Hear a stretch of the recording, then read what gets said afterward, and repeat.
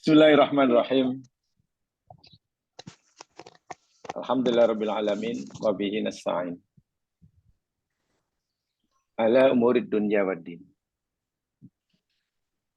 Salatu wassalamu ala asyrafil anbiya al-mursalin. Nabina Rasulina Muhammad wa ala alihi wa ashabihi ajma'in. Rabbi shrah li sadri wa yassir li amri. Wahlul 'uqdatam min lisani yafqahu qawli. Amma ba'd.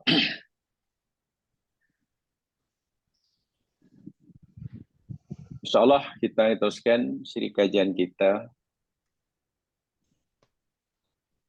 ayat terakhir daripada surah Luqman.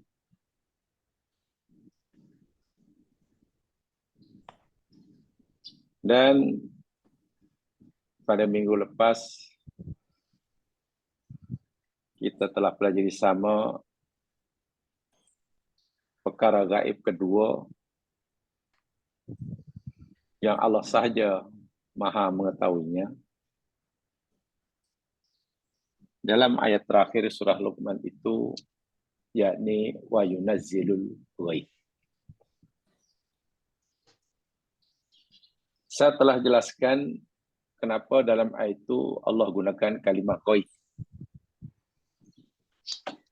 Karena sebagaimana yang telah kita pelajari sama,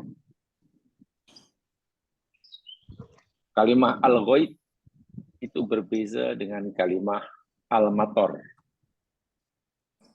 Walaupun dalam terjemahan Melayu mungkin sama saja.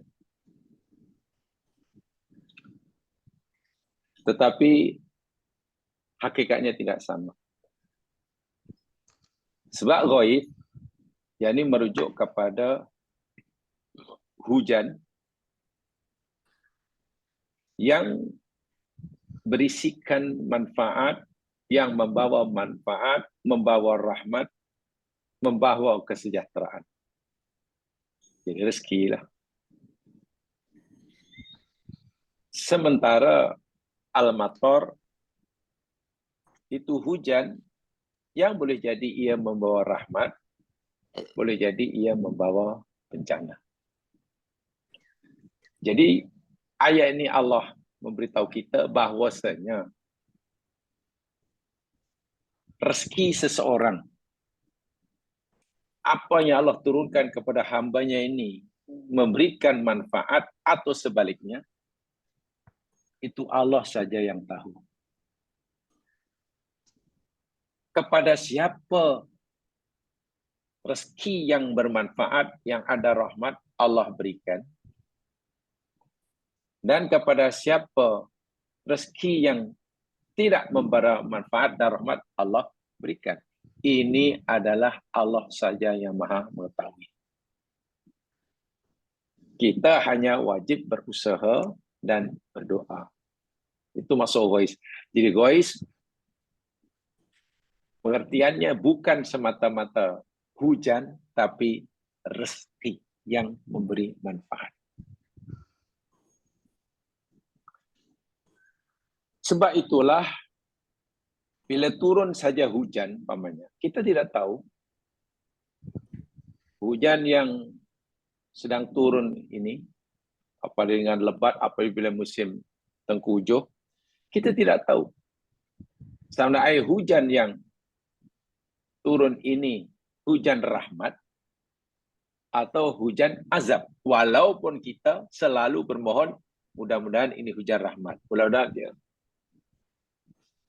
Karena kita tidak tahu pasti sama ada hujan air yang Allah turunkan ini membawa rahmat ataupun tidak, maka Rasulullah SAW mengajarkan kita agar sentiasa berdoa setiap kali turun hujan. Tambahan pula, salah satu doa yang Allah mudah atau segera dikabulkan, yakni doa yang kita panjatkan semasa turun hujan. Baik, salah satu daripada doa yang Nabi ajar umpamanya di dalam hadis yang diriwayatkan dan bersarakan kepada Ummul Mukminin Aisyah radhiyallahu anha, dan ini boleh lihat dalam kitab Sahihul Adabil Mufrad yang dikarang oleh Imam Al-Bukhari. Pendek saja doa yang Nabi ajar. Ini doa yang paling pendek bila turun hujan. Allahumma sayyiban nafi'ah. 3 patah kata ya. Allahumma sayyiban nafi'ah. Coba ikuti. Allahumma sayyiban nafi'ah. 3 patah itu ya. Yang mau boleh tulis bahasa Arab, bahasanya boleh Allahumma sayyiban sod ya ba alif. Sod ya ba alif. Di atas ya ada tasdid. Sayyiban. Nafi'an. Nafi'an. Nun alif fa ain alif. Nafi'an. Maksudnya Allahumma ya Allah sayyiban. Sayyib itu daripada sahabat Yasib itu maknanya curah. Dia maksudnya ya Allah, jadikanlah curahan hujan yang deras ini nafi'an, memberi manfaat. Kita hanya mampu berdoa. Tak tahu. Karena kita tak tahu sama dia rahmat atau akan merupakan madarat. Sebab itu bila turun hujan saja, paling tidak baca doa yang terpendek yang Nabi ajar. Ini boleh dirujuk dalam kitab Al-Adabul Mufrad yang dikarang oleh Imam Al-Bukhari. Bersumber daripada isteri baginda Nabi SAW, Aisyah Ummul Mukminin radhiyallahu anha. Allahumma sayyiban nafi'ah. Minimum 3 patah kata.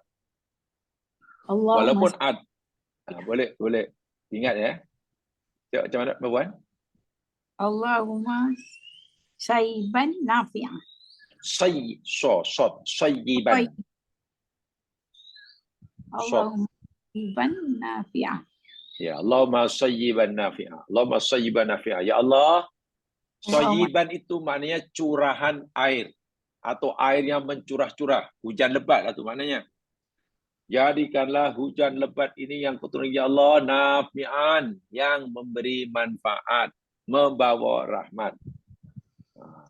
Kenapa Allah Nabi suruh saya kata tadi? Karena kita tak tahu sama ada hujan yang membawa rahmat ataupun azab.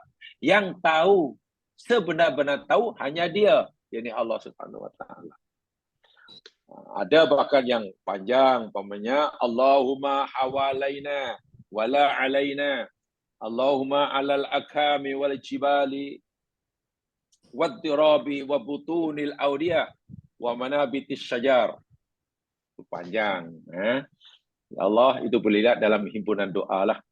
Ya Allah, ya Tuhan kami, turunkanlah hujan di sekitar kami. Bukan hujan yang merusak kami. Masya Allah. Ya Allah, turunkan hujan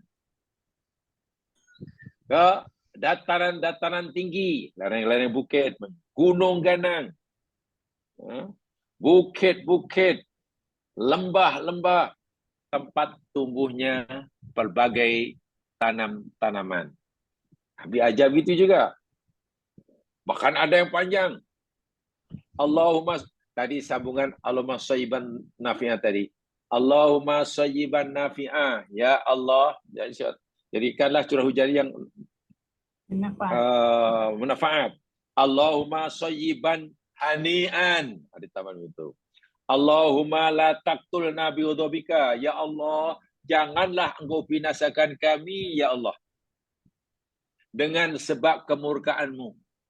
Sebab boleh jadi dan memang berlaku. Hujan turun itu sebagai azab. Ada sebagai azab. Sebab itu kita mohon pada Allah, ya Allah, janganlah binasakan kami dengan sebab kemurkaanmu. Berupa hujan tadi. Wala tuhlikna bi'adzabik. Jangan hancurkan kami, ya Allah, dengan azabmu. Afina qabla dzalik. Tapi ya Allah, maafkanlah segala kesalahan kami sebelum itu. Allahumma inni as'aluka khairaha wa khaira ma fiha. Ya Allah, aku mohon kepada Engkau kebaikan. Kebaikan hujan. Wa khaira ma fiha, dan kebaikan apa yang dibawa oleh hujan. Wa khaira ma arsalta bihi, dan kebaikan apa yang Engkau utuskan dengannya. Wa a'udzubika min syarriha wa syarri ma fiha wa syarri ma arsalta. Dan aku berlindung kepada Ya Allah daripada keburukan hujan, daripada keburukan yang dibawa oleh hujan, dan daripada keburukan apa yang Engkau timpakan dengan sebab hujan. Ringkas kata, hujan kita tidak tahu sama ada membawa rahmat ataupun azab. Yang tahu hanya Allah. Karena kita tidak tahu setiap kali turun hujan, hendaklah kita berdoa paling tidak dengan 3 patah kata, Allahumma shayyiban nafi'an, atau boleh Allahumma shayyiban hani'an. Ayat yang sedang kita pelajari, Allah kata wa yunazzilul ghaith. Jadi Allah sajalah yang tahu pasti hujan yang diturunkan ini sebagai hujan rahmat. Oh ya. Yang keduanya, setiap hari tergantung, yakni kalimat yunazzilu. Yunazzil, yang artinya menurunkan. Sama dengan yunzilu. Yunzilu pun maknanya menurunkan. Anzala yunzilu, menurunkan. Nazzala yunazzilu, menurunkan juga. Di dalam ayat ini Allah gunakan kalimah wa yunazzilu, bukan wa yunzilu. Walaupun dalam terjemahan Melayu sama. Tetapi penggunaannya di dalam Al-Quran berbeza. Bezanya seperti mana yang mungkin jamaah masih ingat. Nazzala yunazzilu, itu mana menurunkan beransur-ansur. Menurunkan sikit-sikit, bukan sekali harum. Kalau yunzilu, anzalan yunzilu, itu turun sekaligus. Katakanlah, di langit, di atmosfera bumi itu, katakanlah, ada simpanan air, pamannya. Sebanyak berapa? Oh, katakanlah sebanyak 100.000 gallon air, pamannya. Katalah di atmosfera bumi kita ada 100.000 gallon air. Allah turunkan pada kita sikit. Mungkin selama 1 jam, 2 jam. Itu yunazilu. Kalau yunzilu, katalah di sana ada 100.000 gallon air, diturunkan, dicurahkan sekaligus gempa. Ya, rumah kita rubuhlah. Dan yang boleh menurunkan air yang sebanyak 100.000 gallon air umpamanya, atau sejak gallon, sikit-sikit, itu hanya Allah yang boleh melakukannya. Pertanyaan, macam mana turunnya hujan itu? Apa namanya? Sikit-sikit, berdasarkan ini sikit-sikit. Yunazzilu. Begini jamaah sekalian, saya yakin jamaah pasti lebih paham, ya, walaupun secara sederhana proses berlakunya hujan ini, karena ada pancaran sinar matahari memancar ke genangan air, sama ada lautan ke, tasik ke, danau ke, ya. Dalam kadar temperatur yang tertentu, air yang ada di muka bumi, contohnya air laut, maka ia akan mengalami apa yang dipanggil precipitation. Precipitasi, ya. Precipitation. Precipitation, kita tahu yakni proses seperti hujan, jadi merupakan proses mencairnya butiran-butiran menguap, maksud saya, air sehingga dapat berpisah jadi uap air sehingga naik ke atas, dari atas. Perlu pancaran matahari, tidak terlalu panas tapi juga tidak terlalu sejuk. Kalau matahari memancarkan sinar kilat dalam temperature yang cukup tinggi, ya air akan menguap, jadi uap sajalah, hilang. Tapi kalau tak cukup panas, maka air tak dapat menguap. Naik dengan butiran-butiran air itu ke atas, molekul-molekul air sampai pihak tentu, karena di atas itu sangat sejuk, makin naik makin sejuk, temperature makin turun, maka molekul air itu akan bertambah berat timbangannya karena sudah berada di tempat yang sejuk. Bila sejuk, mana sudah mulai menjadi butiran-butiran air. Dikumpulkan di sana, naik terus ke atas tidak boleh karena sudah berat. Nak jatuh juga belum boleh karena belum cukup berat. Ya. Nak naik tak boleh karena sudah ada timbangannya, tidak berat. Tapi nak jatuh juga belum boleh karena belum cukup berat. Graviti bumi belum mampu menariknya.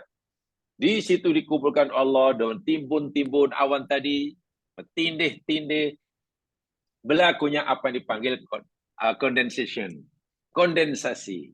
Ya. Berlakulah condensation.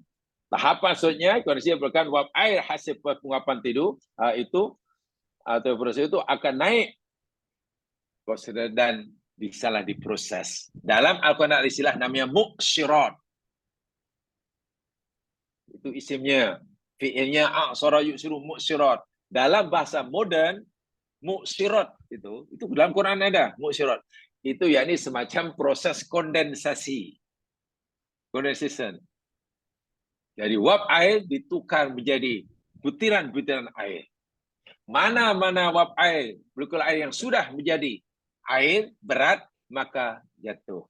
Mana yang belum diproses, jatuh. Sehingga turunnya hujan itu sikit-sikit. Karena yang boleh turun, yang boleh jatuh ke bawah, jadi hanya jadi evaporation lah. Hanya yang dah jadi air. Proses yang begitu canggih, yang kita hanya mampu memahami, tapi tak mampu buat. Nah, ini salah satu daripada kenapa Allah kata, aku saja yang mengetahui tanzilul ghaib. Kita hanya dapat memahami prosesnya. Proses berlakunya hujan. Daripada awal hingga akhir. Tapi kita tidak mampu melakukannya. Karena itu rahsia Allah Subhanahu wa ta'ala. Belum lagi bila awan sudah naik, Allah nak turunkan, nak ubah jadi air, lalu Allah turunkan di mana? Kita tidak tahu. Di bumi ini ke, di negeri sana ke, di kampung ini ke, kampung situ ke, di hutan ke, di kampung ke, di bandar, tak tahu. Bahkan kadang-kadang air naik, laut naik ke atas, jadi air turun ke laut balik. Jadi hujan di lautan. Wah, air hujan itu dari laut. Kita tak tahu. Yang tahu, yang akan menentukan bila berlaku, ditimpakan pada siapa, berapa kadar jumlah air yang hendak diturunkan jadi hujan, berapa kelajuan air itu, Masya Allah. Berapa kelajuan air yang turun dari langit itu. Semuanya diketahui Allah dengan pasti dan tidak ada siapa pun yang mampu melakukannya kecuali Dia. Ya Allah, air ini pelik ya mas kalian. Contoh, kalau kita katalah jatuhkan kain, ya, kain lah kita ikat itu tumpukan kain, lalu kita ikat, kita jatuhkan dari atas. Ketinggian 100 meter ke 2 meter. Dengan kita katalah jatuhkan pinggan dari atas dengan ketinggian yang sama. Dengan kita jatuhkan bantal. Dengan kita jatuhkan umpamanya besi.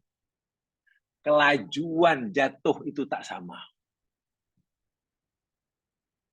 Saya yakin semua faham itu. Tentang fizik itu semua tahu. Tak sama. Ya. Ada yang lambat. Kalau yang kita jatuh kata kertas melayang-layang lah. Mungkin tak jatuh malahnya.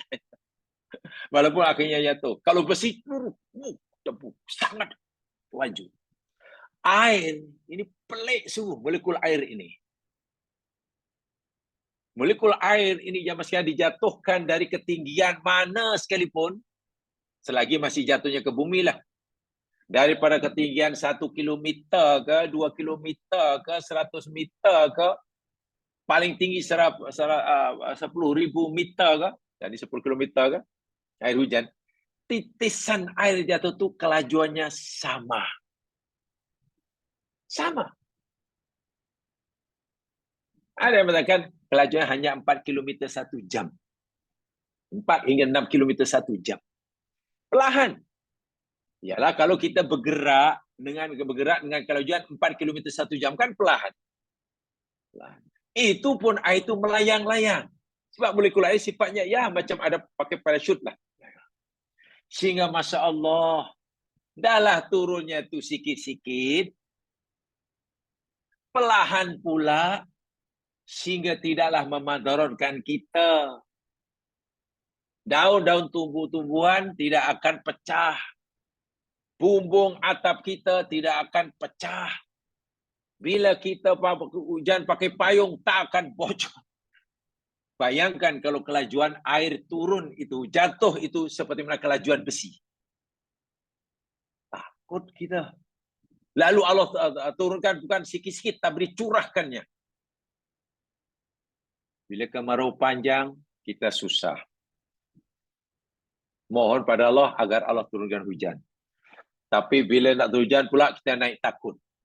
Karena kalau ada 1000 gilin dicurahkan sekaligus dengan kelajuan yang dahsyat. Duduk dalam rumah, takut rumah roboh. Duduk di luar rumah, tertimpa hujan, mungkin pening kepala. Serba salah. Jika sekiranya Allah tidak atur sedemikian rupa, jika Allah tidak punya peraturan yang khusus bagi makhluknya yang bernama air, dengan sifat-sifat tertentu bagi molekulnya, sehingga ya Allah ya Tuhanku, turunnya bawa rahmat. Tuh, cara turunnya itu pun dah bawa rahmat. Kelajuan turunnya itu pun sudah bawa rahmat. Sifat-sifat yang dimiliki oleh air itu pun bawa rahmat. Saya ulangi sekali, kita hanya mampu memahami benda ini. Karena itu boleh dikaji. Tapi kita tidak mampu melakukannya. Itulah. Jadi ilmu yang membolehkan kita untuk melakukannya ini, Allah sehingga bila-bila tidak akan beritahu kepada kita. Itu rahsia Allah. Sebab itu bila Allah kata, wa yunazzil ghaib. Aku saja yang mengetahui tanzil ghaib. Itu dalam sekali maknanya. Ya. Karena pertama berkaitan tentang hujan rahmat, nuran azab. Itu Allah saja yang tahu. Proses berlakunya hujan kita faham. Tapi kita tak mampu melakukannya. Karena yang mampu melakukannya dengan mudah hanya dia. Karena ilmu yang dia miliki tidaklah terkira. Subhanallah. Itu nomor 2. Sebab itu, kita tidak boleh mencela hujan. Kalaupun hujan lebat sekalipun, dan kita mengharapkan hujan berhenti, ya berdoa pada Allah. Allahumma sayyiban nafi'ah. Allahumma sayyiban hani'a. Ya itu sajalah.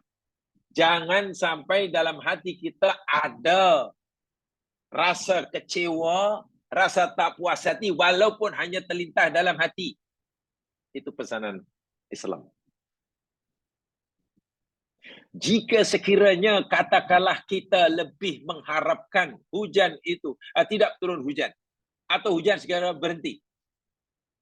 Kita lebih mengharapkan itu. Tapi jangan sampai kita ada rasa tak puas hati karena hujan tak mau juga berhenti. Tak boleh. Saya ulangi. Jika berlaku turun hujan dan hati kita berharap sangat suka jika hujan itu berhenti karena masya-Allah sudah 3 jam, ya kita ingin berhenti. Sungguh pun hati kita menginginkan hujan itu segera berhenti, tetapi ternyata hujan itu tak berhenti-henti juga. Jangan sampai menyebabkan kita tak puas hati dengan turunnya hujan. Itu yang salah. Dan Allah rekodkan itu. Ketidakpuasan hati kita karena hujan terus turun, sedangkan kita lebih suka dia berhenti. Itu Allah rekodkan. Dan itu satu kesalahan. Macam mana supaya kita tidak direkodkan telah melakukan satu kesalahan yang besar terhadap Allah? Berdoa seperti Nabi ajar itu. Allahumma sayyiban nafi'ah.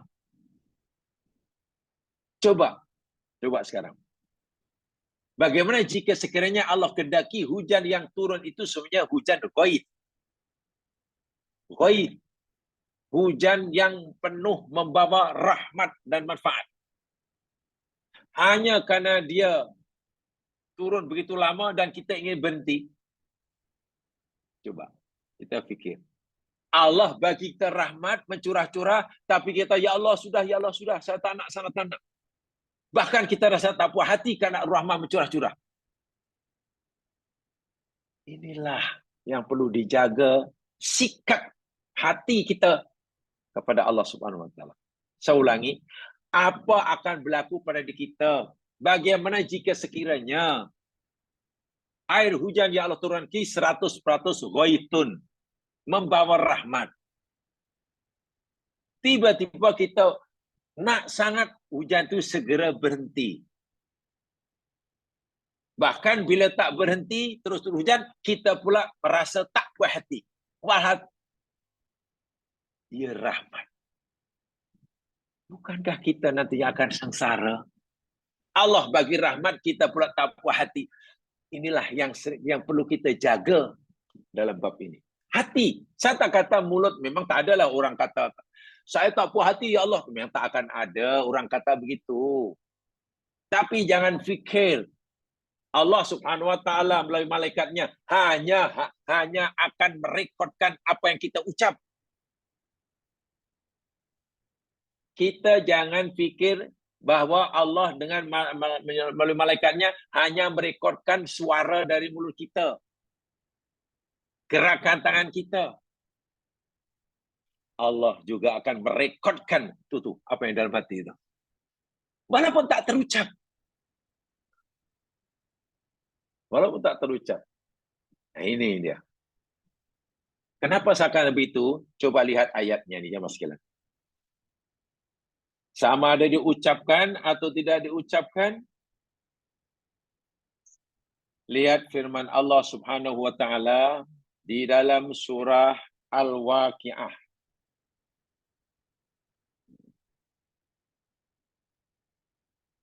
Surah 56.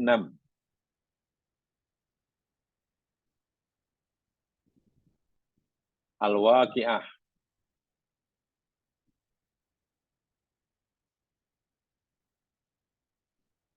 Ayat yang ke-82.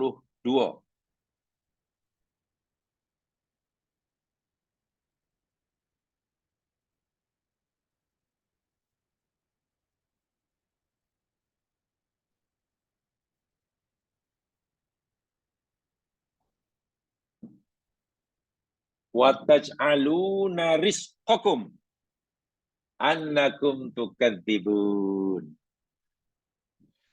ayat ini, salah satu penafsiran ayat ini, orang-orang kafir Quraisy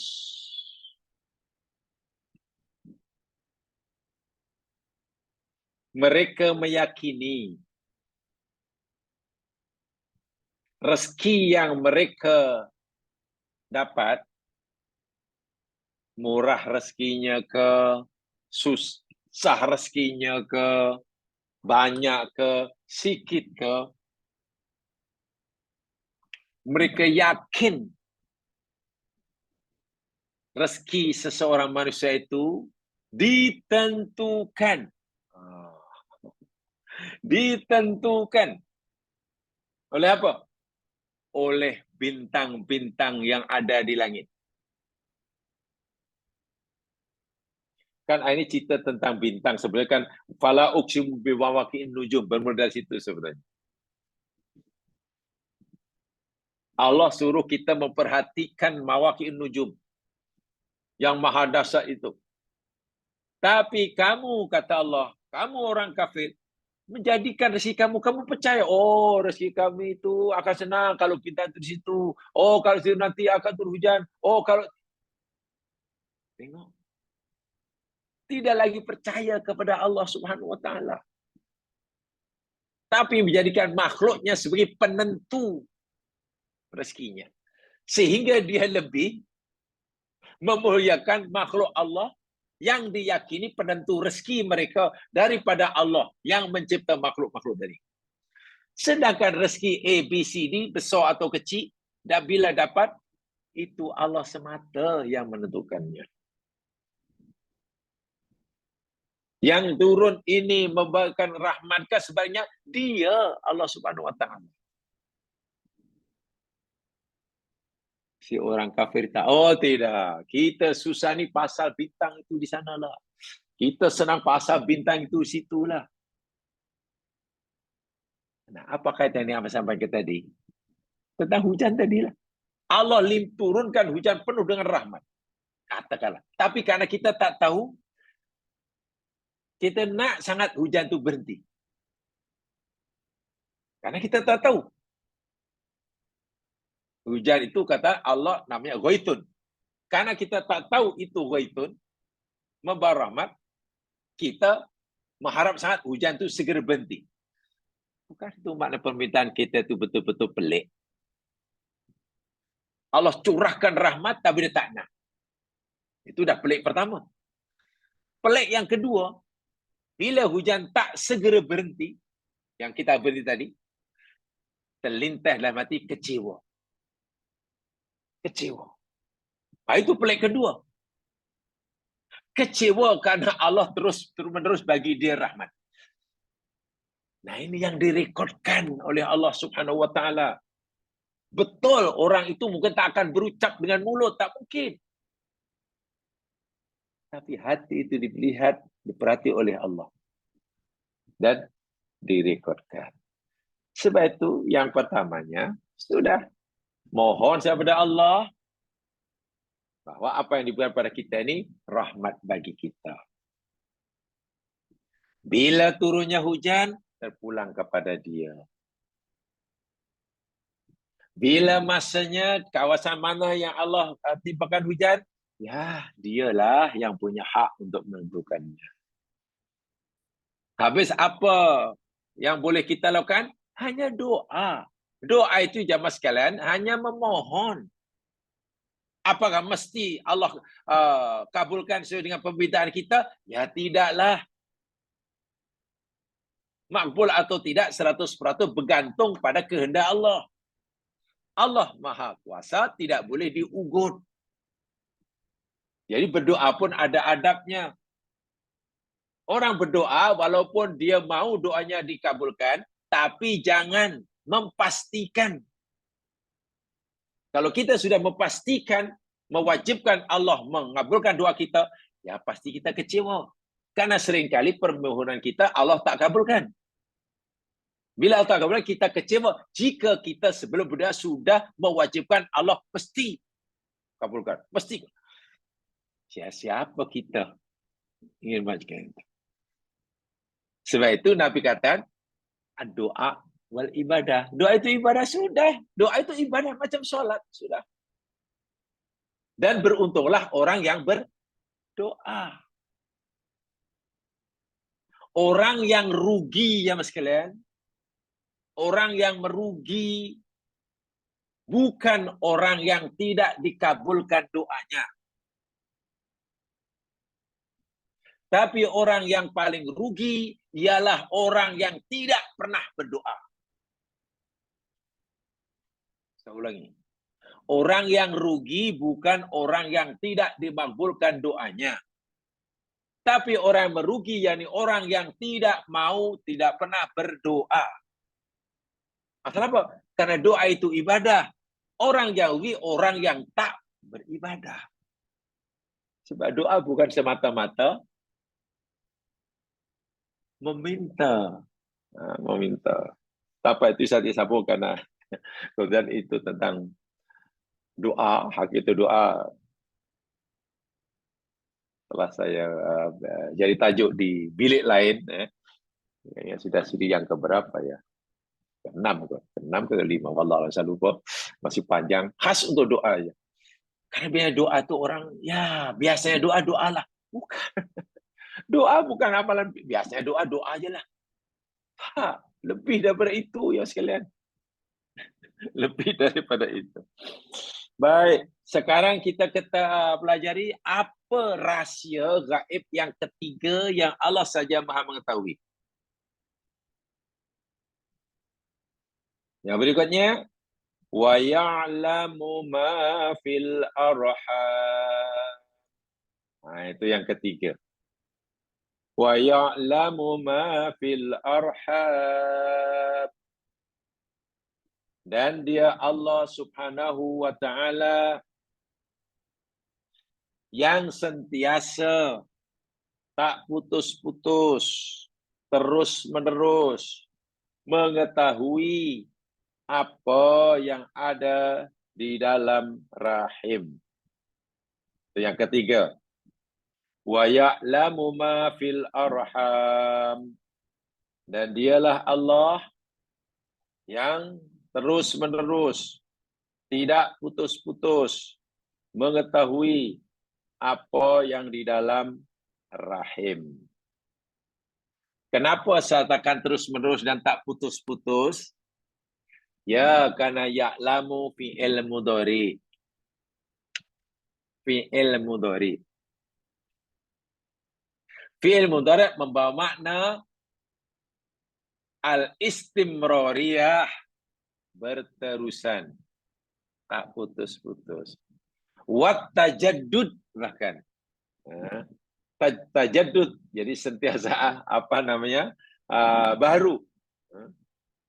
Jadi pengetahuannya berterusan dan pengetahuan makin mendalam, sehingga tidak ada sesuatu peristiwa yang baru muncul saat ini, melainkan Allah telah ketahui sebelum ia berlaku. Baik, saya bacakan apa dalam nota itu sebelum saya uraikan penjelasannya. Qauluhu ta'ala wa ya'lamu ma fil arham. Firman Allah Subhanahu wa taala dan dia mengetahui terus-menerus apa yang di dalam rahim-rahim. Luqman ayat 34. Hadihi aidan min mafatihil ghaib. Ini juga termasuk kunci-kunci kegaiban atau perkara-perkara gaib yang Allah saja yang memegang kuncinya. Wasatadillu kadzalika mahma taqaddamat al-ulum. Dan perkara ini akan sentiasa seperti itu. Perkara ini, yakni tentang mengetahui benda yang dalam apa yang dalam rahim itu akan sentiasa menjadi perkara gaib. Ya. Mengetahui apa yang dalam rahim itu akan terus-menerus sentiasa menjadi perkara yang gaib. Mahma taqaddamat al-ulumu. Sungguh pun, walaupun ilmu, pengetahuan, teknologi telah begitu maju. Dalam dunia ilmu kedokteran dengan peralatan-peralatan canggih sekalipun, kegaiban ma fil arham tetap tidak berubah, tidak terbatal. Maksudnya begini, ayat ini kata Allah saya mengetahui yang dalam rahim. Tapi sekarang dengan kecanggihan teknologi dalam dunia perubatan, dunia kedokteran, dokter dah tahu dah apa yang dalam rahim itu. Ini bermakna, ya'lamu ma fil arham dah terbatal lah. Terbatal karena kemajuan teknologi dalam dunia kedokteran banyak. Bukan begitu. Satadillu kadzaik mahma taqaddamat ulum. Kerahasiaan apa yang dalam rahim itu tetap menjadi rahasia Allah, sungguh pun dunia ilmu teknologi dalam dunia kedokteran sudah begitu maju sekalipun. Wa ma tada'al khalqu annahum ya'lamuna fil arham. Walaupun ramai manusia, khasnya doktor barangkali, doktor pakar yang mendakwa, tidak itu mendakwa, mengetahui ma fil arham. Sekarang bagi para dokter bukan rahasia lagi dah ya apa yang dalam rahim perempuan. Kenapa Allah masih mengatakan itu perkara gaib yang Allah saja Maha mengetahui? Bukankah sekarang ramai dokter-dokter yang tahu? Gitu kan maksudnya. Nanti kita akan uraikan. Walladzi ahdasa isykan fi hadil mas'alah al-an al-ajza al-hadisa. Walladzi dan yang ahdasa iskalan yang boleh menimbulkan kemuskilan.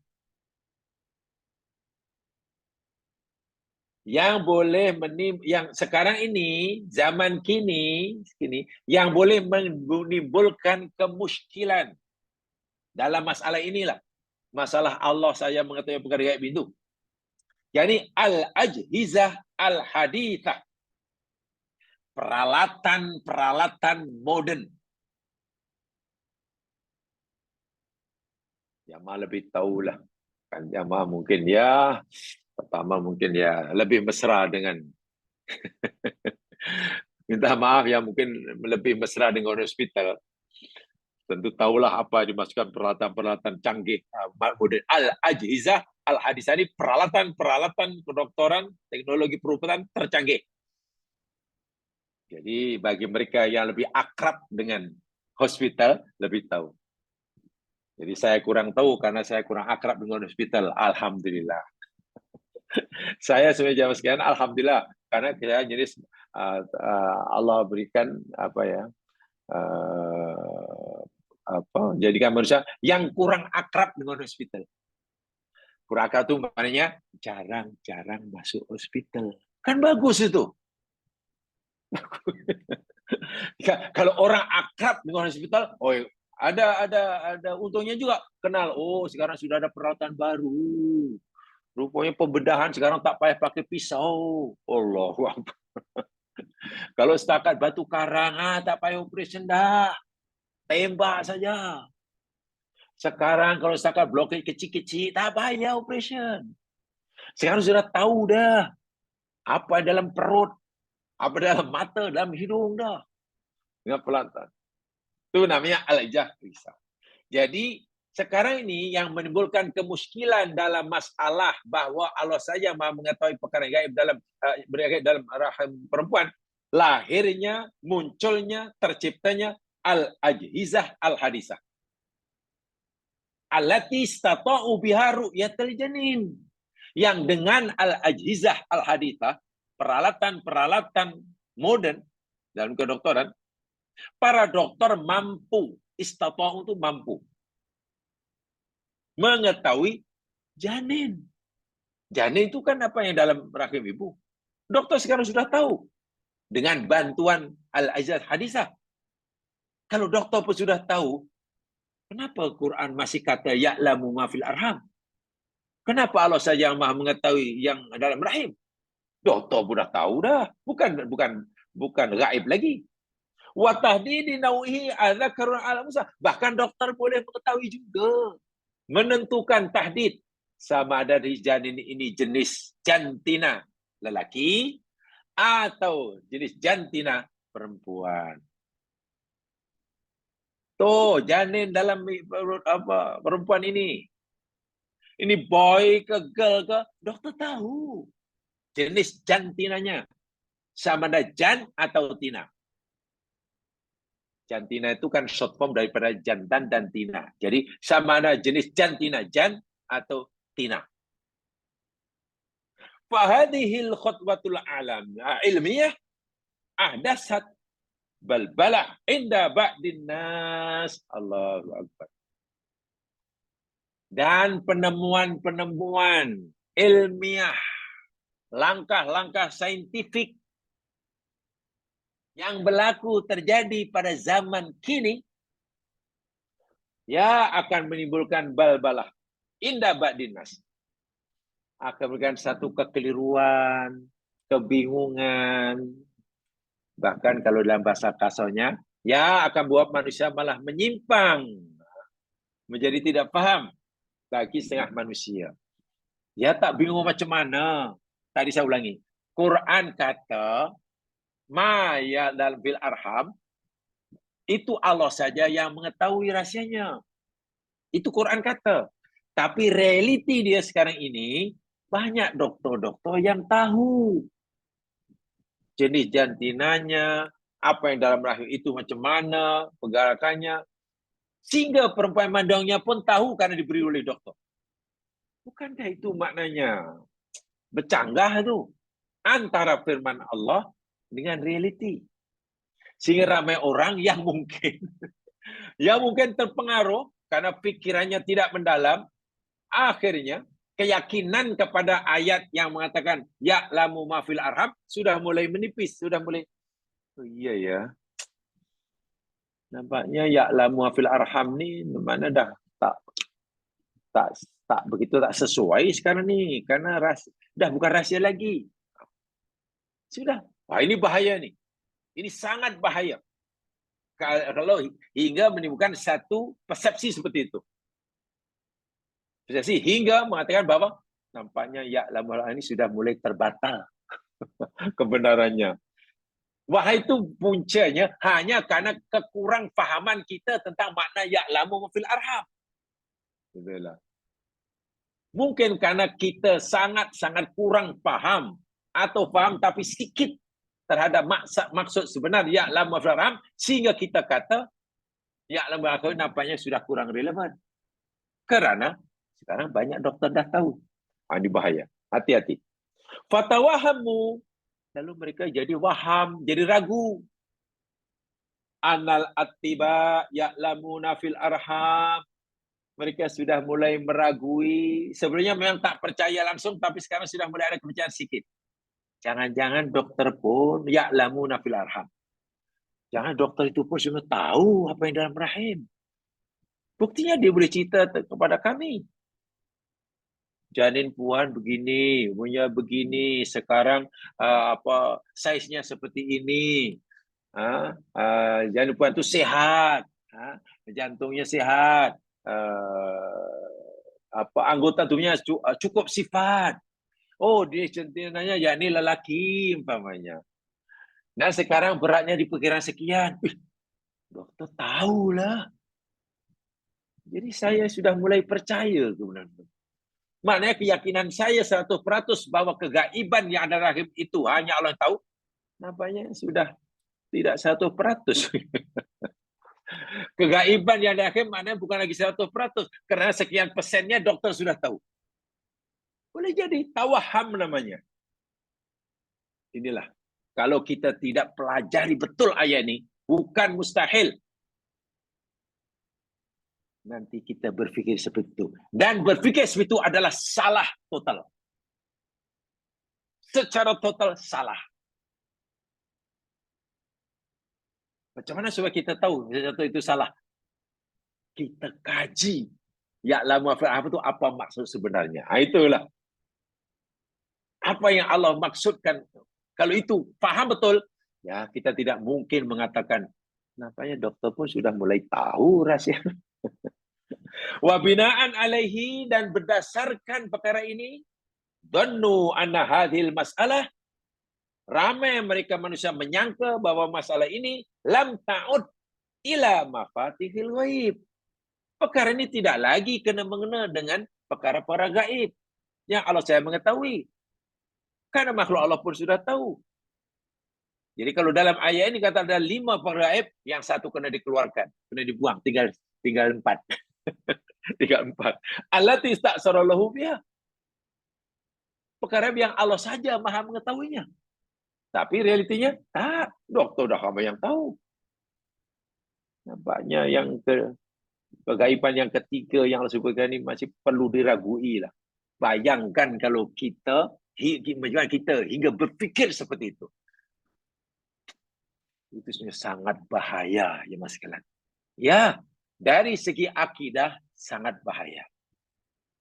Mungkinkah pemikiran seperti itu muncul? Bukan mustahil. Apa puncanya? Agak-agak jika ada orang berfikir seperti itu, puncanya seperti yang saya tadi. Belum dapat memahami dengan sebenar-benarnya apa makna firman Allah, ya'lamu ma fil arham.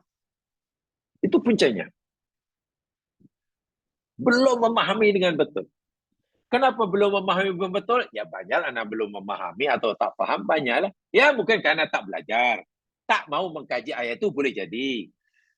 Boleh jadi tidak mengkaji tapi membaca. Ya'lamu ma fil arham, Allah mengetahui apa dalam terjemahan. Boleh jadi. Atau boleh jadi pemahamannya tidak sebagaimana yang dimaksudkan. Jadi di sinilah pentingnya ya. Pentingnya mengkaji itu seperti itu ya Mas sekalian. Ya.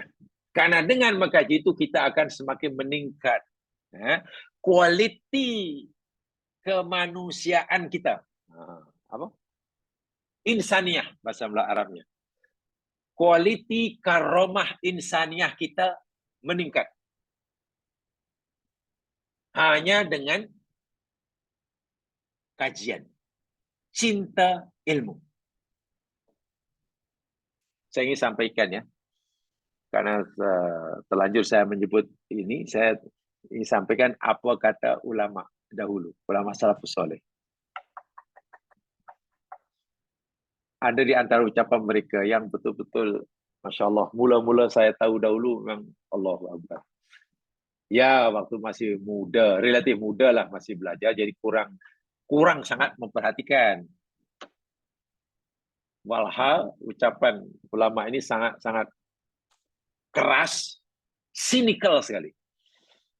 Beliau mengatakan begini, idza aratta an ta'rifal insana annahu insanun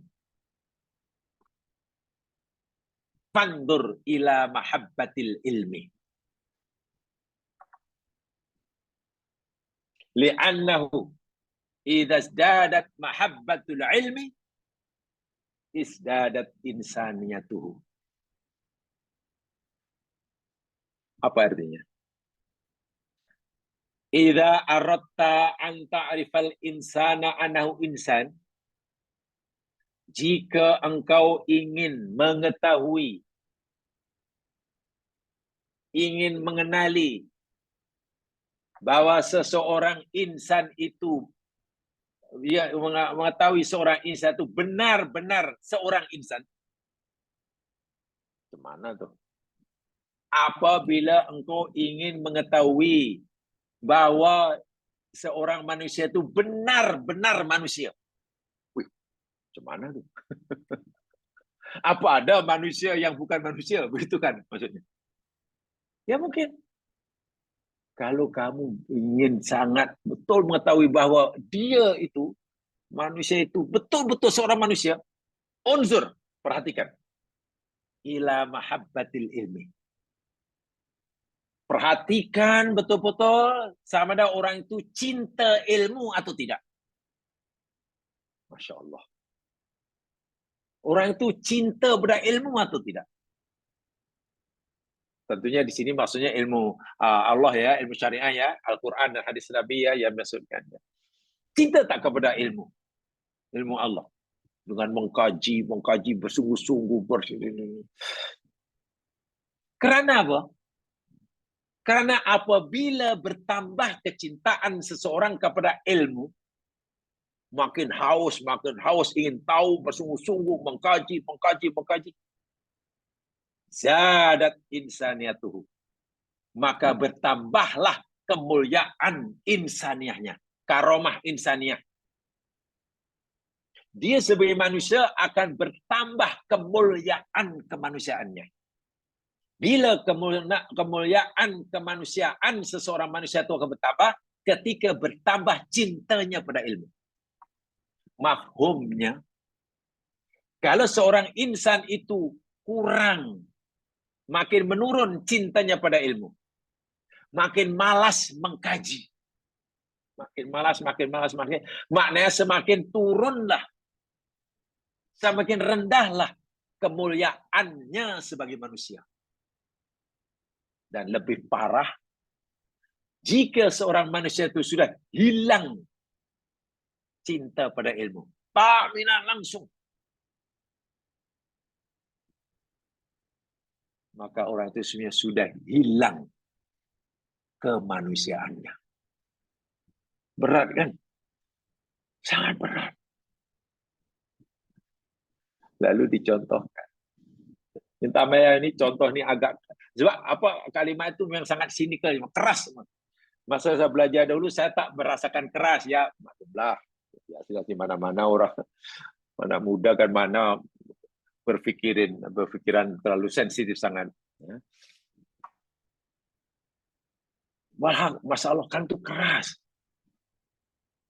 Jika kamu hendak mengenali bahwa seorang manusia, bahwa dia itu benar-benar manusia lah.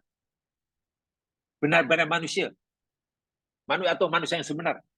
Perhatikan. Dia cinta ilmu atau tidak?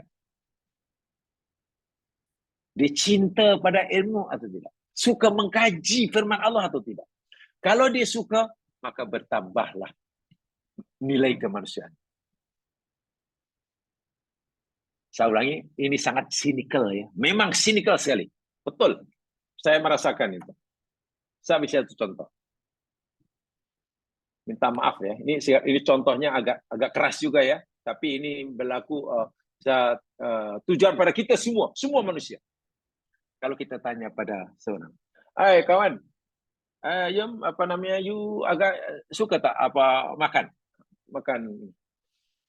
Kata pada anak muda, awak suka makan? Saya suka. Ya, kebetulan memang saya bukan. Memang nak cari saya nak makan. Suka makan. Tengok. Kalau ditanya, awak suka makan tak? Suka. Kalaulah kita sebagai manusia suka makan, minta maaf ya, ini dijelaskan oleh Dr. Hamka dalam Tasawuf Moden. Lembu itu pun suka makan juga. Jadi kalau kita ada perasaan suka terhadap makan, lembu pun ada perasaan suka pada makan. Masih sama kalau itu dan. Awak suka tak apa namanya ni bermain-main sedang gurau?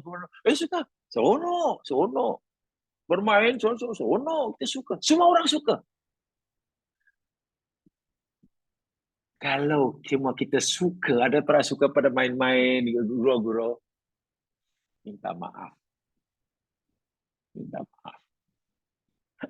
Anak kucing itu kejar-mengejarnya mas kan. Kejar-mengejar pura-pura gigit, bermain, masya Allah kita. Ya kita yang tengok pun suka. Maknanya kucing pun suka bermain-main. Awak suka tak apa namanya ni punya rumah ke punya ya semua orang suka rumah lah.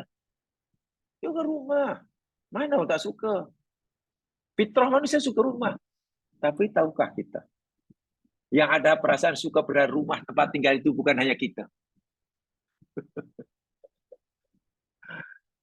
Burung pun suka buat rumah. Iya. Ular suka rumah. Bila ada makhluk lain cuba nak mengganggu rumahnya, dikejarnya tu. Artinya apa? Kalau kita sebagai manusia hanya punya keinginan suka kepada makan, makhluk Allah yang lain pun ada rasa suka pada makan. Jika kita ada suka untuk rumah, yang pun maknanya kita belum berbeza dengan mereka. Karomah insaniah kita belum naik. Yang boleh membezakan kita, meningkatkan kita dengan mereka ini, cinta kepada ilmu. cinta mengkaji. Nah, kalau kita ada cinta mengkaji, tanya pada lembu. Ada di kalangan masyarakat lembu yang minat ilmu. Tak ada je Mas. Lembu ni tak ada. Minat ilmu tak ada. Rimau yang ganas itu pun tak ada. Minat buat kajian tak ada. Hidupnya betul-betul karena fitrah. Sebab itulah kehidupan binatang, lembu, kerbau dan rimau daripada dulu. Zaman mula ia dicamar. Hingga sehari. Macam itulah gaya hidup dia. Lembu yang dipelihara oleh orang Melayu. Lembu yang dipelihara oleh orang India. Lembu yang dijaga oleh orang Cina. Lembu Afrika. Lembu Eropah. Lembu Mat Saleh. Lembu Negro. Macam itulah. Gaya hidup macam itulah. Hidup di mana saja. Dari dulu hingga sekarang.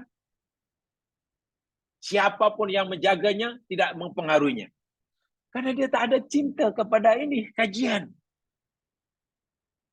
Yang boleh membezakan kita dengan mereka dan sekaligus boleh meningkatkan kualiti kemanusiaan kita, mahabbatul ilmi.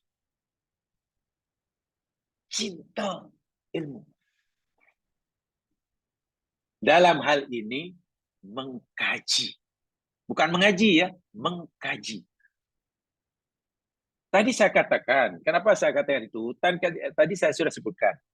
Mungkin ramai orang kurang lagi, kalau membaca ayat ini, kurang lagi meyakini dengan sebenarnya keyakinan, ya'lamu ma fil arham, mengetahui akhir itu benar-benar rahasia Allah 100%. Kerana apa? Karena realiti dia sudah ramai. Orang sekarang, jangankan doktor, orang biasa pun sudah mengetahui apa yang dalam rahim. Ditambah dengan peralatan yang makin canggih. Makin tahu. Bukan jenis jantinanya, bahkan sifatnya sudah cukup, jantungnya pula sehat. Bahkan bila berjani katalah ada masalah dalam jantung paru-paru, dah boleh dikesan awal-awal, diberitahukan.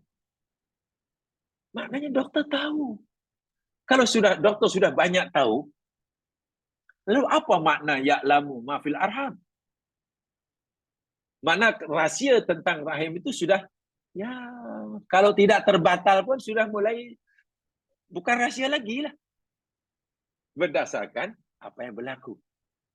Kita khawatir persepsi seperti itu menjangkiti pikiran kita.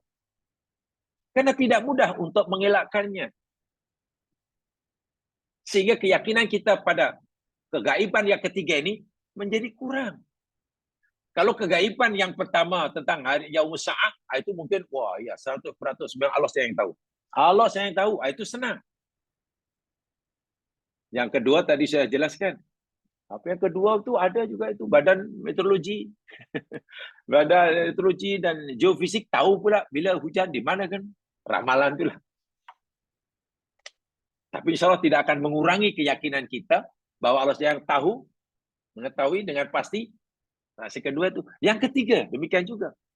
Nah, untuk mengelakkan persepsi yang sangat-sangat besar pengaruhnya terhadap keimanan itu, atau salah satu punca orang mungkin punya persepsi seperti itu, karena tidak memahami apa makna sebenarnya ya'lamu ma fil arham. Atau mungkin dia punya kepahaman, tapi kepahamannya tidak sebagaimana yang dimaksudkan. Macam mana dia tidak paham atau tidak punya pahaman yang betul?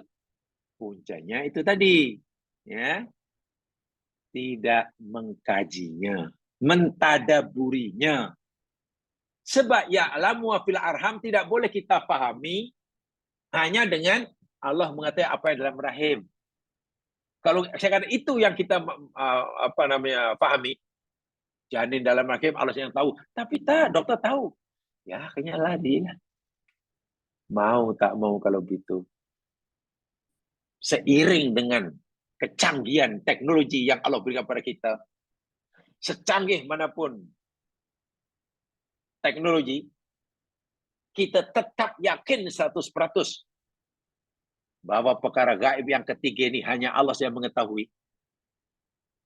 Caranya dia mengkaji. Sebab tadi di atas sudah nyatakan ya, wasatadillu kadzalika mahma taqaddamat al-ulum.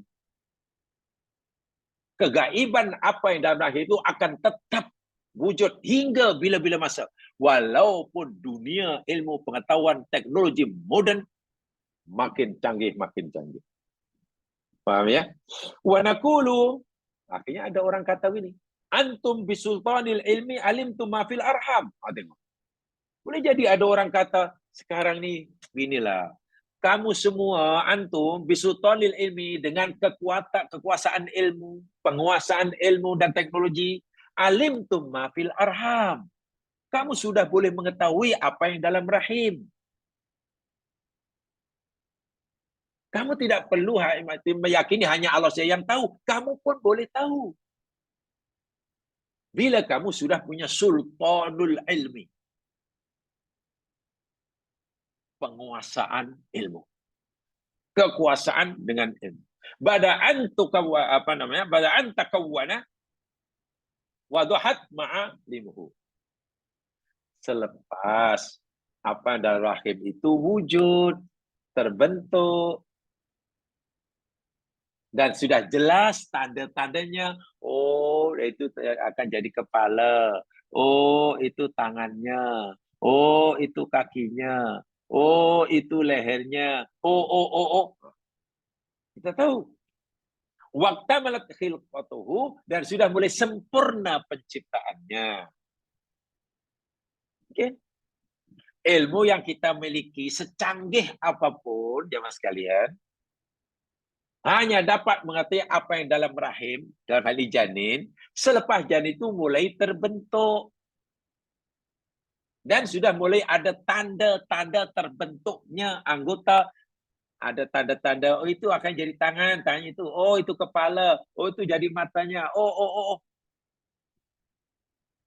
Waktu malatirah, lebih-lebih lagi jika janin itu sudah terbentuk sempurna. Kan itu yang kita tahu. Amal khaliq, adapun Allah yang mencipta. Adapun Allah yang mengatakan ya'lamu ma fil arham azza wa jalla, fa ya'lamu ma fil arham qabla an tahmilal ummu bihi. Adapun Allah Subhanahu wa taala yang mencipta telah mengetahui apa yang dalam rahim ibu itu sebelum pun perempuan tadi mengandungnya. Masya Allah. Allah bukan hanya tahu selepas janin itu terbentuk. Allah tahu sebelum janin itu wujud. Sebelum perempuan itu pun tahu yang dia mengandung. Coba kalau ada seorang perempuan, suami istri, baru kawin.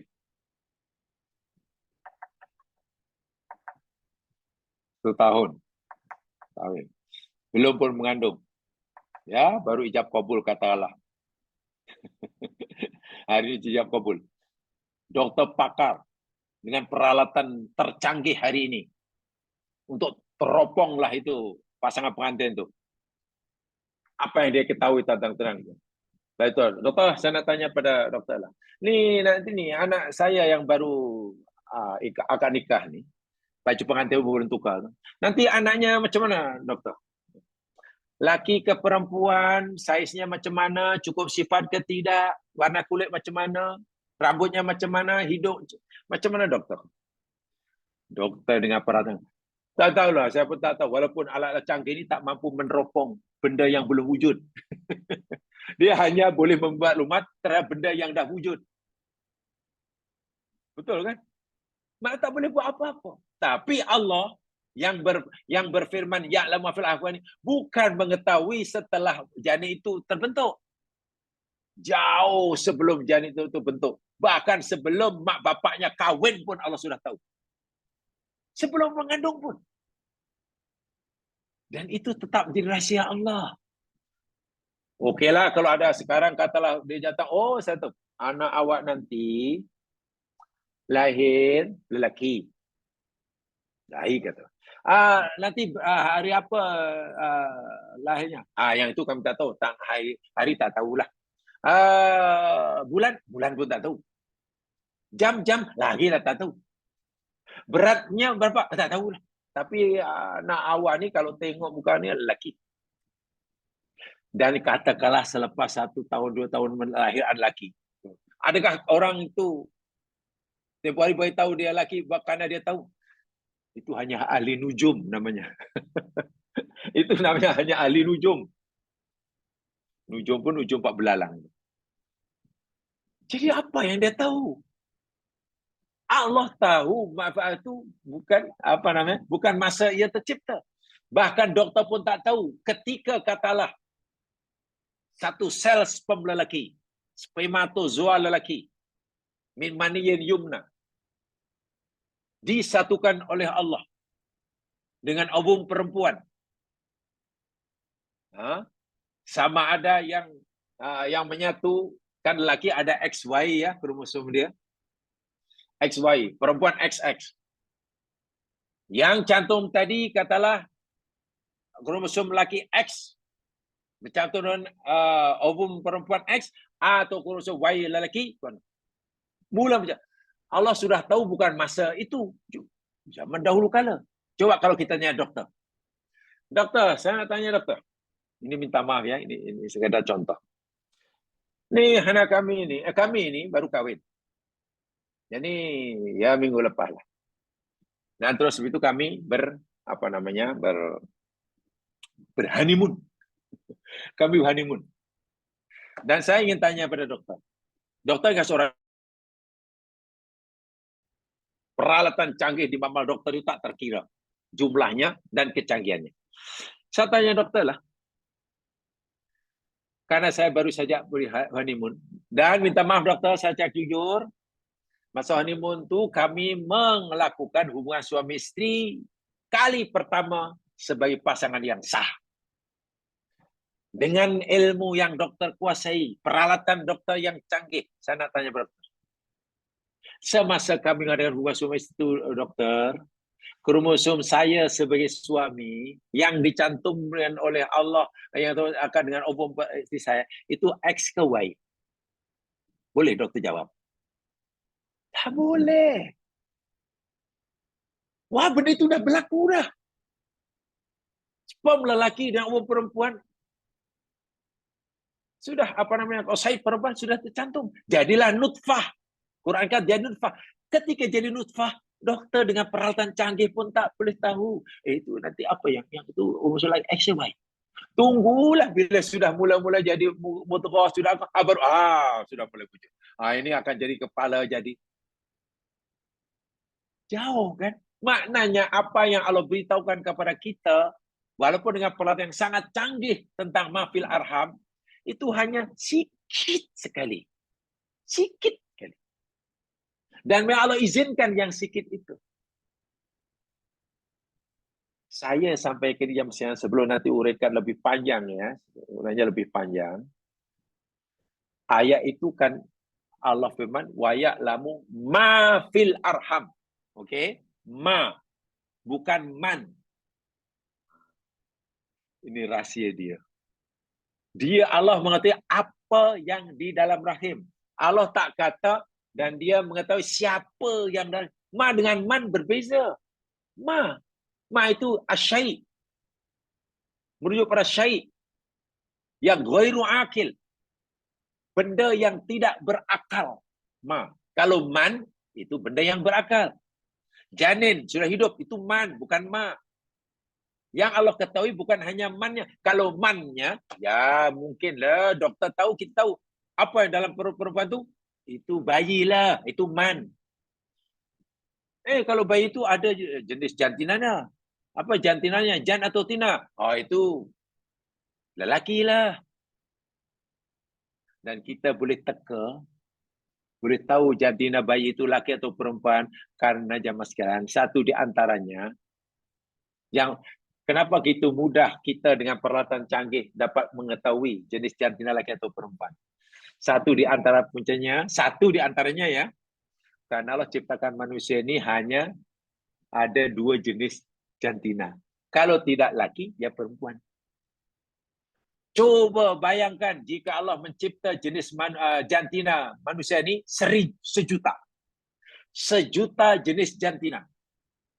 Lalu tanya dokter, dokter, ini saya nak tanya pada awak ni, kandungan saya ni sudah sekian minggu. Ini jenis jantinanya apa dokter? Saya tak tahu. Tak tahu. Susah loh. Tunggu aja lahir nanti apa. Karena Allah cipta jenis jantina sejuta. Ini hanya 2, senanglah nak pilih. Saya hanya ingin tekankan begini ya Mas. Niat kita supaya keyakinan kita bahwa Allah saja yang maha mengetahui sebenar-benarnya 100% tentang ma fil arham. Dan tidak ada siapa yang tahu. Termasuklah hamba-hamba Allah yang Allah berikan ilmu, khasnya ilmu tentang kedokteran dengan peralatan canggih sekalipun. Itu tujuan saya. Agar keyakinan kepada Allah itu tetap. Bukan meremehkan ilmu yang Allah berikan, sama sekali tidak. Bukan meremehkan ilmu dokter, ilmu kecanggihan. Bukan itu. Tapi janganlah sampai ilmu yang sedikit yang Allah berikan kepada hambanya mengubah atau mengurangi, wa'iyadzubillah, melunturkan keimanan kita bahwa Allah sahajalah yang maha mengetahui 100%. Kalau itu yang berlaku, wah, mana kita rugilah. Kita rugi. Baik, contoh bahwa Allah telah mengetahui mafil arham ni bukan semasa bayi itu telah wujud. Paragraf berikutnya. Alam yubashirillah ta'ala nabiyahu Zakaria alaihi salam biwaladihi Yahya. Bukankah Allah telah memberikan kabar gembira kepada nabinya, Nabi Zakaria. Allah pernah memberikan kabar kepada Nabi Zakaria yang sudah lanjut usia, istri pula mandul, memohon durian. Masuk ke bilik Maryam, berdoa. Setelah Nabi Zakaria melihat keajaiban yang berlaku di bilik Maryam. Bermacam-macam makanan, rezeki, buah-buahan di bilik Maryam yang bukan pada musimnya. Walhal Nabi Zakaria belum mengantarnya dan tidak mungkin Maryam keluar bilik mencuri. Jadi pelik. Lalu Nabi Zakaria tanya, "Anna laki hadza?" Maryam, awak dapat dari mana semua ini? Maryam jawab, "Wa min indillah." Zakaria, semua ini datang daripada Allah. Yarzuqu may yasha bighairi hisab. Bila Allah nak bagi rezeki tanpa hisab, yang macam inilah. Kun fayakun aja. Oh. Kalaulah Allah boleh bagi rezeki kepada hambanya tanpa berusaha. Aku suami. Ada isteri. Hanya aku dah tua. Isteri pula memang suami tak pernah mengandung, mana mandul. Kalau Allah mau, tidak mustahil aku boleh punya anak. Diriku aja yang kata mustahil. Sebab aku dah tua, isteri mandul. Tapi bagi Allah, kalau Allah menghendaki, kita yang kata mustahil. Orang boleh dapat makanan tanpa bekerja, tanpa mencari. Kita yang kata mustahil. Tapi Allah kata, tak mustahil. Maryam dapat. Lalu Nabi Zakaria berdoa. Mohon pada Allah, agar Allah anugerahkan durian. Tengok. Lalu Allah memberitahu ke Nabi Zakaria, dikabulkan doanya, masa solat. Mohon itulah Allah bisikkan pada Zakaria melalui malaikat. Zakaria, sesuai kami memberi kabar gembira padamu. Ya, aku nak bagi kamu anak. Makbul maknanya. Disebutkan pula jantinanya, anakmu itu lelaki. Allahu Akbar. Diberi nama pula. Namanya Yahya. Dan nama Yahya itu, tidak ada orang bernama Yahya sebelum Yahya. Maknanya Nabi Yahya lah orang pertama yang bernama Yahya. Tengok. Diberitahu kamu akan ada anak. Lelaki. Namanya Yahya. Bila besar, anakmu ni akan jadi orang soleh, jadi nabi. Itulah makna ya'lamu ma fil arham tu. Zakaria pun akhirnya bingung. Ya Allah, macam mana aku nak punya anak? Aku dah tua, isteriku mandul. Apa tandanya ya Allah? Bahasa sebelumnya dia minta anak. Sekali Allah bagi anak pula, dia bingung. Karena banyak macam mustahil. Lalu tanya kepada Allah, macam mana aku nak punya anak? Aku nuli walad. Macam mana aku nak punya anak? Ya Allah, aku tua. Isteri pula mandul. Tolong ya Allah, bagi apa tandanya? Alamatnya. Nabi jadi berdoa, sudah tahu. Istrinya belum tahu. Yang Allah akan kurniakan anak. Apalagi mengandung, belum. Coba siapa di antara mereka dengan teknologi tercanggih yang boleh mengetahui bahwa orang ini akan punya anak lelaki, namanya ini, besar jadi. Tak ada. Itu satu di antara makna ya'lamu ma fil arham. Yang tidak akan diketahui oleh siapapun. Ya.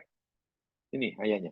Wa nanu la na'lamu hadzal ghaib bi dawatina. Kita tak tahu sama sekali tentang hakikat ini. Inama bima 'allaman Allah. Tapi kita tahu itu karena Allah beritahu. Sekarang pertanyaannya, jika Allah tidak beritahu kita, bagaimana Allah menganugerahkan anak kami Zakaria bernama Yahya? Katalah tidak ceritakan. Walaupun sejarah akhirnya mencatat orang masa itu melihat Zakaria punya anak, istrinya mengandung. Mana kita hanya yakin, oh Nabi Yahya punya anak, istrinya mengandung dah, namanya ya. Itu aja kita. Jika Allah tidak beritahu sebelumnya, ya kita hanya tahu Nabi Yahya punya anak. Tapi kita tidak tahu macam mana Allah beri anak pada Zakaria. Allah sudah tahu sebelum Zakaria punya anak. Masya Allah. Fattabib alladhi yukhbiruka binul janin la yamul ghaib innama mu'aliman ghaib. Sedangkan dokter yang pakar sekalipun tidak mampu memberitahu kamu tentang jenis janin. Tak tahu. Tidak tahu gaib. Tabib yang dokter pakar yang memberitahu kamu tentang jenis janin itu tidak tahu benda yang gaib. Innama mu'allamul ghaib. Tapi dia itu diberitahu oleh Allah perkara yang gaib. Bisa ya? Dokter yang beritahu kita tentang jenis jantina janin itu tidak tahu perkara yang gaib. Sebaliknya ia diberitahu oleh yang maha gaib. Jadi dokter termasuk orang yang diberitahu oleh Allah tentang jenis jantina tadi. Macam mana Allah beritahu? Ya, dengan alat tadi. Kan alat itu pemberian daripada Allah. Ilmu itu kan benar Allah. Jadi bukan tahu yang gaib. Diberitahu dengan sarana. Dengan sarana-sarana. Baik, saya habiskan bacaannya ya. Wallahu tabaraka wa ta'ala. Tengok dalam notanya. Wallahu tabaraka wa ta'ala. Dan Allah subhanahu wa ta'ala. Yaksifu libadil khalqi ba'dal ghaib. Biar. Dan Allah subhanahu wa ta'ala telah mendedahkan, menyingkap bagi sebagian makhluknya sebagian perkara-perkara yang gaib. Wa min dzalika ma kana min as-siddiq Abi Bakar. Dan itu termasuklah yang dilakukan oleh Abu As-Siddiq. Allah memberitahu perkara yang gaib kepada sebagian hamba yang dipilih. Itu betul. Jadi, jika hamba itu tahu, bukannya dia tahu gaib, tapi diberitahu oleh yang gaib. Macam dokter tadilah. Contohnya ini Abu Bakar. Kisah Abu Bakar. Hina awsa ibnatahu Aisyah. Ketika Abu Bakar ini, jamaah sekalian, sakit yang menyebabkan ajal kematiannya, ia berwasiat. Ya, ia berwasiat kepada putrinya. Berwasiat kepada putrinya. Yani Aisyah. Apa kata Abu Bakar? Qabla an yamut, sebelum Abu Bakar meninggal. Qala laha, berkatalah Abu Bakar pada Aisyah Ummul Mukminin. Ya Aisyah, wahai Aisyah, inama huma akhawaka wa ukhtaka. Sesungguhnya kedua-duanya itu adalah saudara laki kamu dan saudara perempuan kamu. Fata'ajjabat Aisyah haitsu lam yakun laha minal ikhwah siwa Muhammad wa Abdurrahman wa min akhwat Asma. Abu Bakar kata, wahai Aisyah, sesungguhnya kedua-duanya itu adalah dua saudara lelakimu dan dua saudari perempuanmu. Jadi kamu ada punya dua saudara laki dan dua saudara perempuan. Aisyah Ummul Mukminin terkejut waktu jamaah sekalian. Sebab setelah pada realiti dia waktu itu, Aisyah Ummul Mukminin hanya punya dua saudara laki. Seorang bernama Muhammad, seorang bernama Abdurrahman bin Abu Bakar. Iyalah, ayah kata aku punya saudara laki. Dua saya betul, Muhammad dan Abdurrahman. Ayah kata aku punya dua saudara perempuan. Pelik pula. Sedangkan saudara perempuanku sekarang hanya seorang. Namanya Asma binti Abi Bakrin. Kenapa ayah kata dua saudara perempuan bagi aku? Lakin As-Siddiq ada waktu itu jamaah sekalian, Abu Bakar As-Siddiq jadi mutazawjan min binti Kharijah. Waktu Abu Bakar punya istri, jadi daripada bintu Kharijah. Waktu itu kanat hamilan dan dia sedang mengandung. Wa ba'da mautihi, dan selepas kematian Abu Bakar, istrinya yakni bintu Kharijah ini melahirkan anak perempuan. Ketika Abu Bakar beritahu pada Aisyah, Aisyah kau punya dua saudara laki dan dua saudara perempuan. Aisyah ini tidak bingung karena memang Aisyah punya dua saudara laki, Muhammad dan Abdurrahman. Tapi ketika Abu Bakar beritahu, engkau juga punya dua saudari perempuan, Ummul Mukminin Aisyah bingung. Macam mana ayah kata dua perempuan? Siapa ni yang seorang disorok-sorok ni? Tantah ayah punya anak lain yang tak diberitahu kami. Saudara perempuanku hanya seorang, namanya Asma. Macam mana ayah kata dua orang ni, siapa lagi seorang?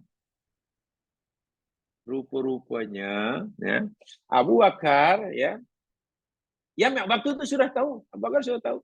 Aisyah sudah tahu. Salah seorang istri Abu Bakar, Bintu Kharijah itu sedang hamil. Sedang hamil ya, bukan salin ya, sedang hamil.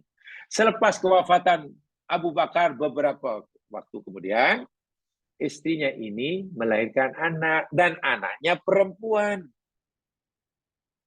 Anaknya perempuan.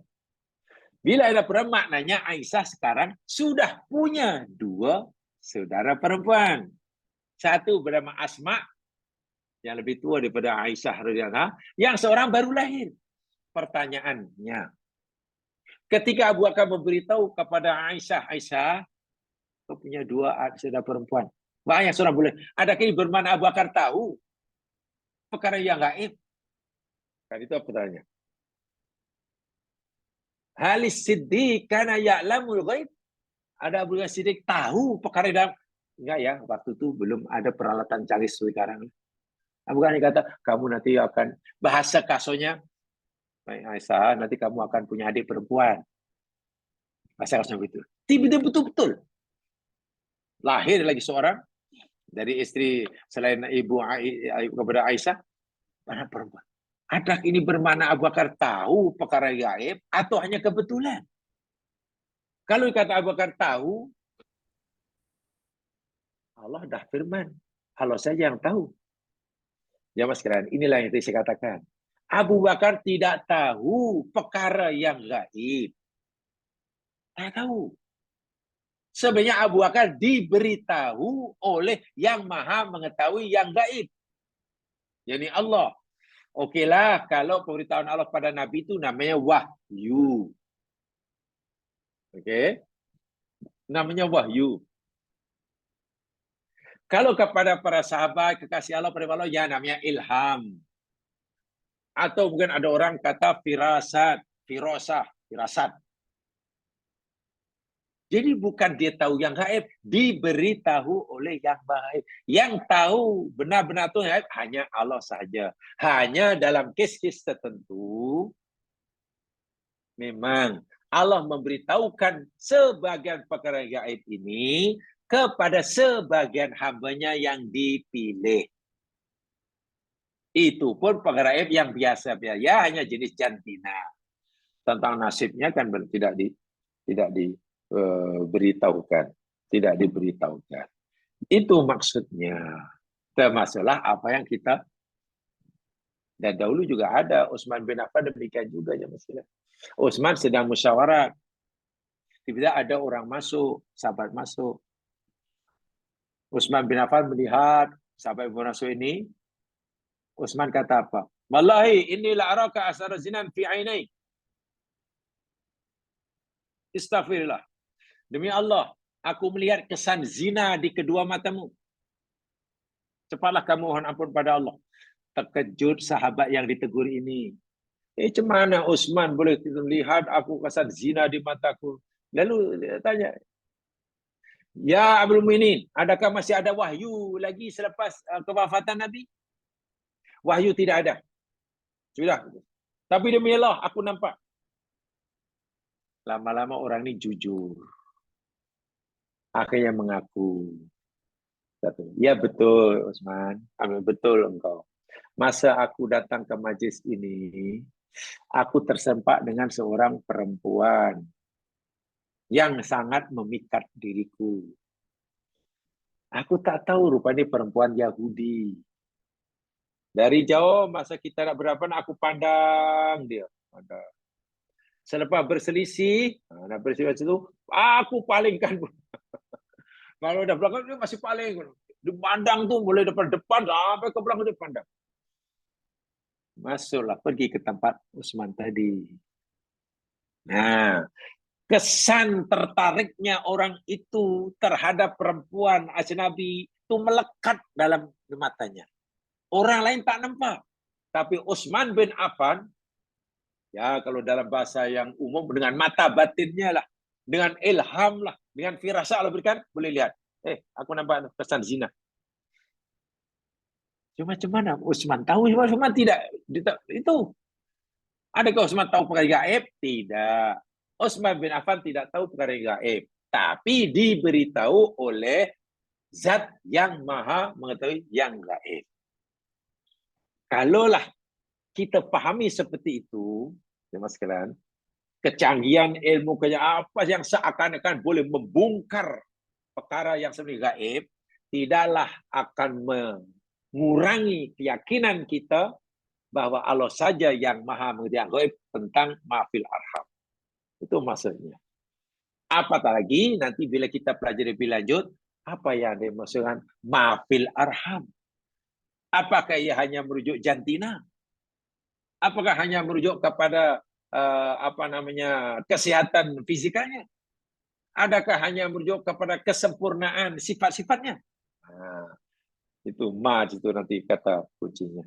InsyaAllah dengan begitu nanti, ya, kecanggihan ilmu yang Allah berikan kepada kita wajib syukuri, tapi jangan sampai membuat kita kurang meyakini 100% bahwa yang mengetahui sebenar-benar atau 100% mafil arham hanya Allah. Itulah, hanya Allah. Kalaupun ada hamba Allah yang mengetahui, itu bukan tahu perkara, tapi diberitahu oleh yang maha gaib. Bagaimana cara Allah memberitahu perkara gaib kepada seseorang? Ya, sama dengan boleh ilham, firasat macam Abu Bakar atau Utsman bin Affan tadi kalau orang dahulu. Macam Umar itulah ketika sedang berkhutbah mengarahkan tenteranya untuk panjat bukit. Wah, tenteranya sedang berjuang di Syam, jauh tu. Macam mana Umar seakan-akan melihat. Nah, untuk sekarang dengan pelbagai ilmu-ilmu yang Allah berikan, ilmu dalam dunia telekomunikasi, ilmu tentang kesehatan, itu kan ilmu dari Allah semuanya itu. Bila Allah sebutkan, hanya benda-benda yang sebelumnya tidak dapat diketahui, sekarang dapat dimengerti dengan mudah. Itu, saya ulangi, Akhirnya kita tahu perkara yang asalnya gaib, bukan karena kita tahu perkara gaib, tapi diberitahu oleh Yang Maha Gaib. Ya sekalian, untuk sementara itu sahaja penjelasan saya tentang ya'lamu ma fil arham. Masih ada ya keterangan lagi yang sebenarnya ini penting juga ingin saya sampaikan ini ya. InsyaAllah nanti bila ada kesempatan nanti saya akan sambung untuk keterangan ini. Mudah-mudahanlah memberi manfaat saya nyampaikan. Dan saya ulangi sekali, tolong doa tadi diamalkan karena sekarang sudah musim hujan ya. 3 patah kata sahaja. Allahumma sayyiban nafi'an atau Allahumma sayyiban hani'an. Paling tidak 3 patah kata itu saja. Alhamdulillah kalau jamaah mungkin jumpa yang panjang, banyak dalam ibadah doa yang maksud benar. Tapi minimum 3 itu. Supaya kita tidak timbul rasa tak puas hati dengan turunnya hujan.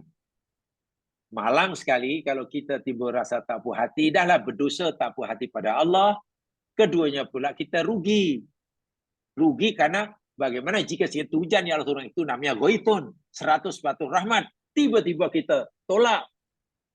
Kita tak puas, di situ perlu kita jaga yang itu yang maksud saya. Jadi itu saja, mudah-mudahan diberkati. Kurang yang mau dimaafkan. Mari kita dengan bacaan Al-Fatihah dan surah Wal Asri.